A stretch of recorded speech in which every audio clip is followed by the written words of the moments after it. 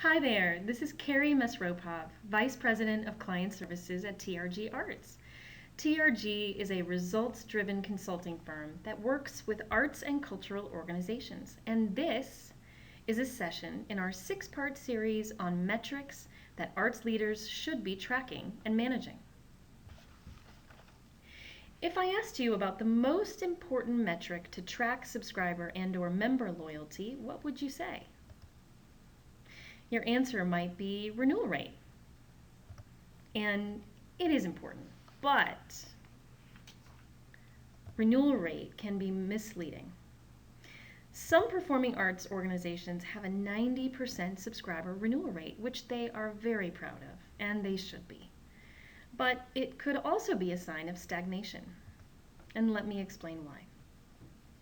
Even with a best practice renewal campaign, renewal rates for new subscribers don't often top 50%. Often, when the renewal rate is very high, it's because the people who are renewing are mostly long-time subscribers who renew at very high rates. If an organization had more newbies in their subscriber pool, the total renewal rate would be lower, and that would be okay, as long as subscriptions were growing overall. So, can renewal rates be too high? The answer is yep, they can be. You need to look at renewal rates alongside another metric, and that is the proportion of new versus renewing subscribers.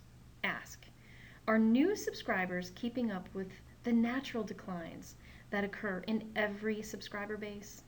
Are new subscribers fueling growth? And in addition to renewal, think about where this relationship is going. Arts organizations need patrons who renew year after year.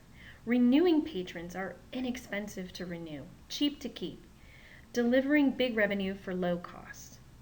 In addition to renewing every year, we also want them to deepen their commitment to and investment in our organization over time.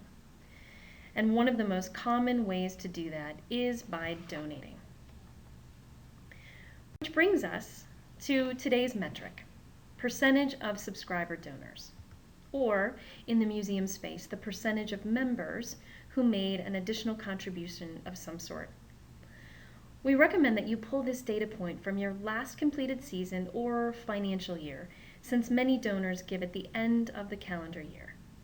You'll want a complete picture of donorship from that year.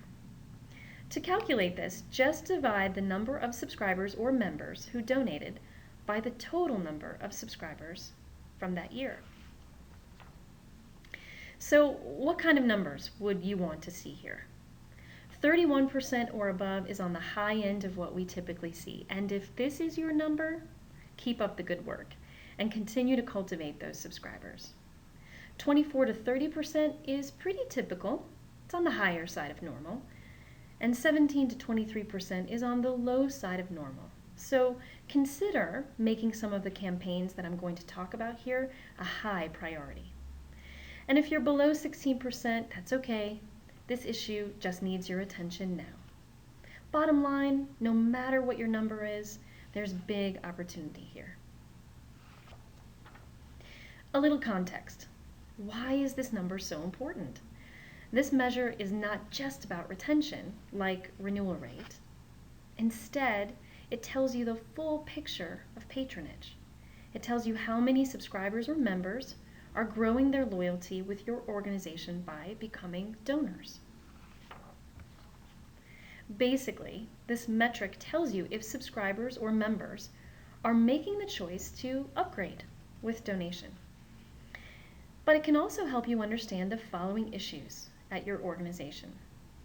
First, are departments at your organization working together to develop patron loyalty? When we look at the way patrons tend to grow in loyalty, we see that marketing and development tend to handle certain patron types in isolation, with marketing handling ticket buyers, subscribers, and members, and development handling donors. What happens in the gap? Who's cultivating those subscribers who are ready to be donors? Departments must work together on the initiatives to ask subscribers or members for an additional gift, especially at renewal time. This metric is also a larger indicator of how loyal your most active patrons are.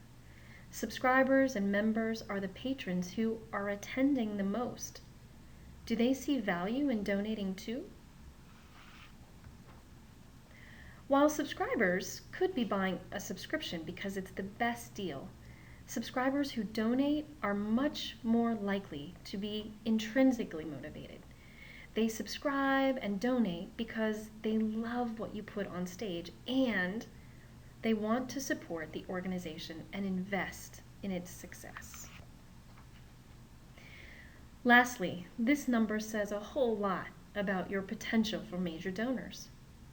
If you were one of those lucky people whose number was 31% or above, you've got a big pool to cultivate up your giving levels.